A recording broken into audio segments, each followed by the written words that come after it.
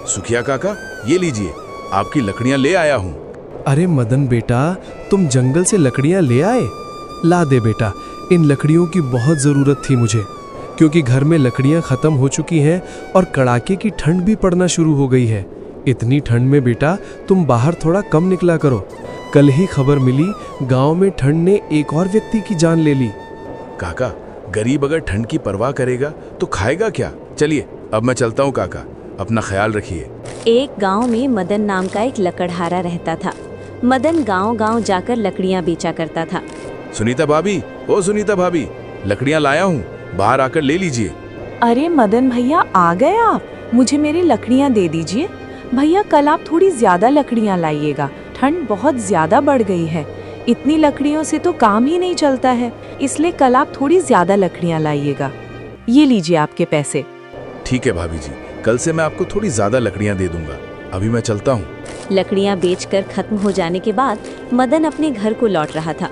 ठंड बढ़ रही थी, मदन की कपकपी भी। वहीं दूसरी तरफ उसी गांव में महेश नाम का एक और लकड़हारा रहा करता था। महेश एक नंबर का चालाक इंसान था। वो गांव में मदन से 2 गुने दाम पर अपनी लकड़ियों को बेचता था, इसलिए गांव वाले मदन से ही लकड़ियां खरीदा करते थे।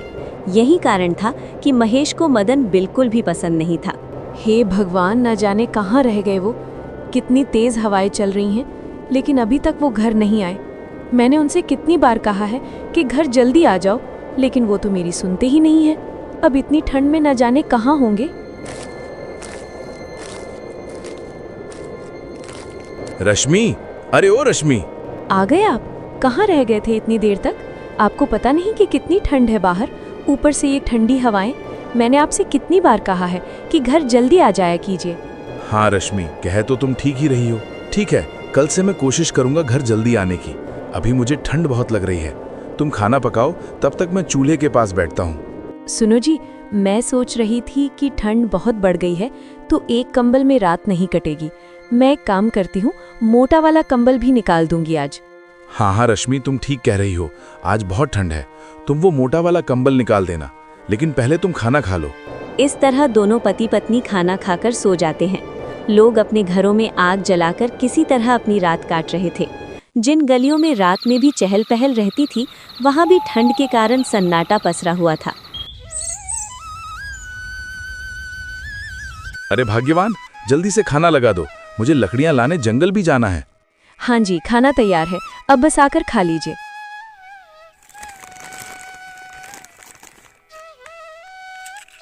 चलो रश्मि, अब मैं चलता हूँ, मुझे देर हो रही है। हे भगवान, कितनी ठंड है। ये क्या कहर बरसा रहे हो हम गरीबों पर। अब जल्दी से जंगल चला जाता हूँ, नहीं तो आते आते शाम हो जाएगी।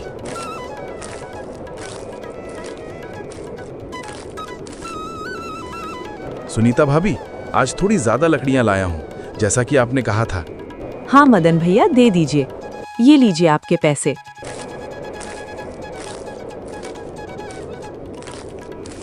आज गांव में ठंड बहुत ज्यादा थी। लोग अपने अपने घरों में ही लकड़ियां जलाकर आग सेक रहे थे। वहीं दूसरी तरफ महेश ने जंगल से बहुत सी लकड़ियां काटकर अपने घर में जमा कर ली थी।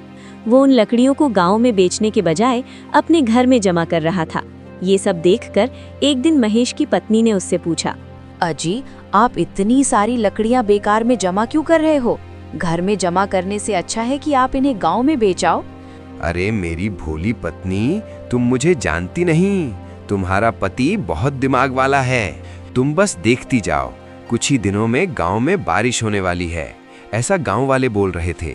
और एक बार अगर बारिश हो गई तो ऐसे में जंगल की सारी लकड़ियां गीली हो जाएंगी और गांव का कोई भी लकड़हारा लकड़ियां नहीं बेच पाएगा, मदन भी नहीं। बस इसी मौके का फायदा हमें उठाना है। उस समय मैं इन लकड़ियों को गांव वालों को 2 गुने दाम में बेचूंगा और गांव वालों के पास मुझसे लकड़ियां खरीदने के अलावा कोई चारा नहीं बचेगा और ऐसे में हमारा बहुत फायदा होगा। समझी मेरी भोली पत्नी? अजी, ये तो बहुत अच्छी तरकीब है।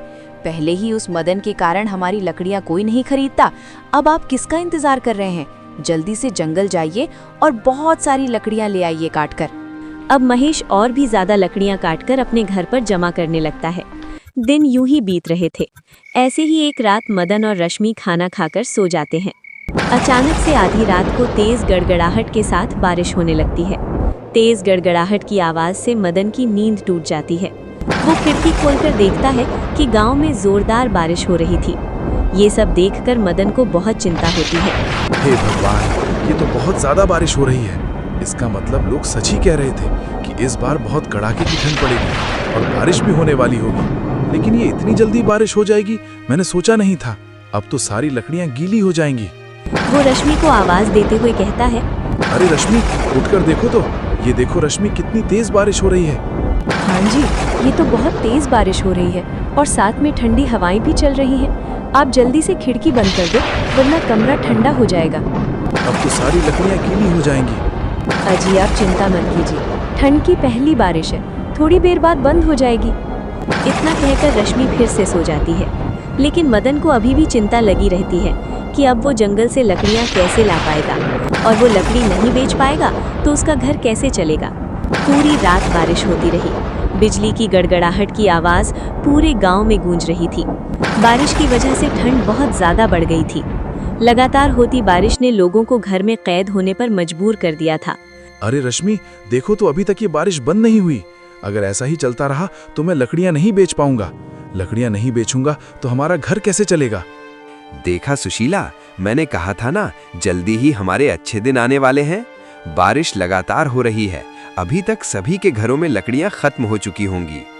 हाँ जी, आपने तो सही कहा था, मगर ऐसा ही चलता रहा और ऐसी ही बारिश होती रही तो आप लकड़ियां बेचने कैसे जाओगे। सुशीला के इतना कहते ही बारिश बंद हो जाती है। देखो भाग्यवान, लगता है भगवान ने तुम्हारी सुन ली, बारिश बंद हो गई। अजी ये तो बहुत अच्छा हुआ, अब आप जल्दी से जाओ और ये लकड़ियां बेच दो। हाँ हाँ भाग्यवान, जाता हूँ।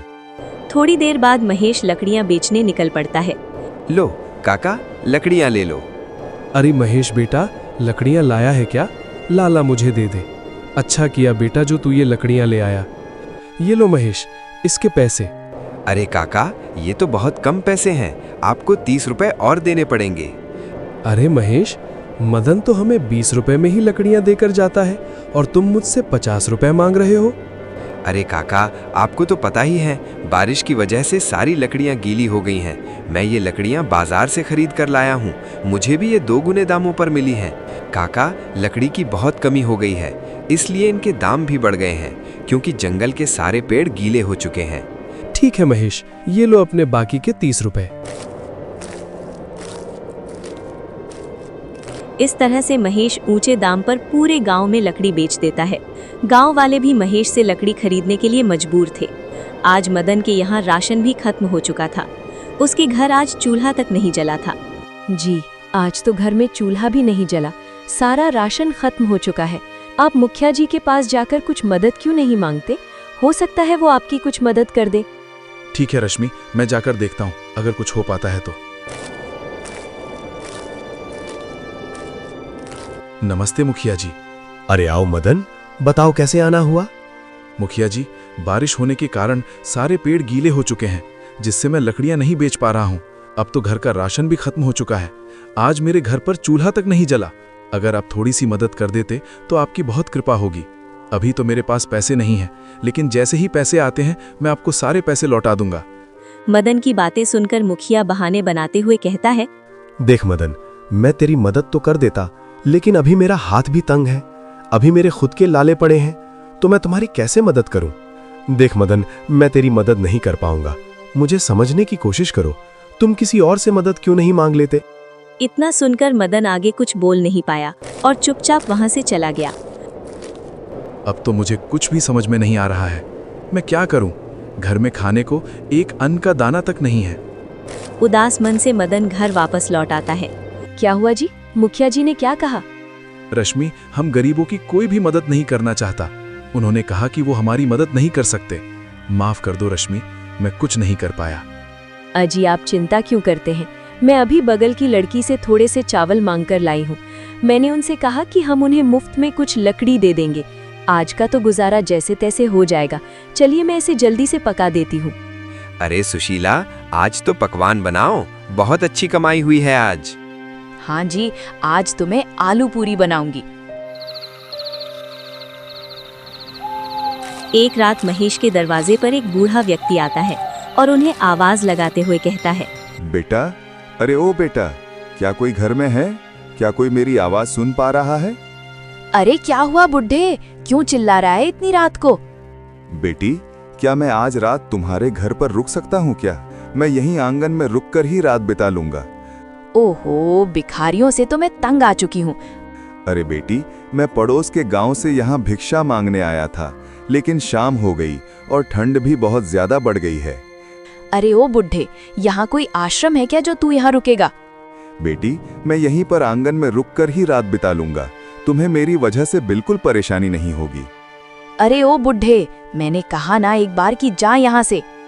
सुशीला बाबा को वहां से भगा देती है। तब वो बाबा मदन के घर जाते हैं। बेटा, अरे ओ बेटा, क्या कोई घर में है? क्या कोई मेरी आवाज सुन पा रहा है? अरे बेटी, मैं पड़ोस के गांव से यहाँ भिक्षा मांगने आया था, लेकिन शाम हो गई और ठंड भी बहुत ज्यादा बढ़ गई है। बेटी, मैं यहीं पर आंगन में रुक कर ही रात बिता लूंगा। तुम्हें मेरी वजह से बिल्कुल परेशानी नहीं होगी। अरे बाबा, आप क्या कह रहे हैं? एक बूढ़ा व्यक्ति आंगन में सोकर रात बिताएगा और हम अंदर चैन की नींद सोएंगे? अरे नहीं बाबा, आप अंदर चलो। बाबा, आप खाना खा लीजिए। अरे नहीं बेटी, तुमने मुझे अपने घर रुकने दिया, यही बहुत है मेरे लिए। क्या बाबा, आप ये क्या कह रहे हैं? आप यहाँ भूखे बैठे रहेंगे और हम जाकर खाना खा लें? पेट ये बात मान लेगा मगर दिल नहीं मानेगा। बाबा, आप अंदर आकर खाना खा लीजिए। बाबा, रश्मि ठीक कह रही है। आप हमारे यहाँ मेहमान हैं और मेहमान को भूखा रखना हमें शोभा नहीं देता। ठीक है बेटा, तुम लोग चलो, मैं आता हूँ। क्या हुआ बेटा, तुम क्या सोच रहे हो? क्या बताऊं बाबा, पता नहीं भगवान ने हमारे भाग्य में क्या लिखा है, जो हमें एक समय का खाना भी ठीक से नसीब नहीं होता है।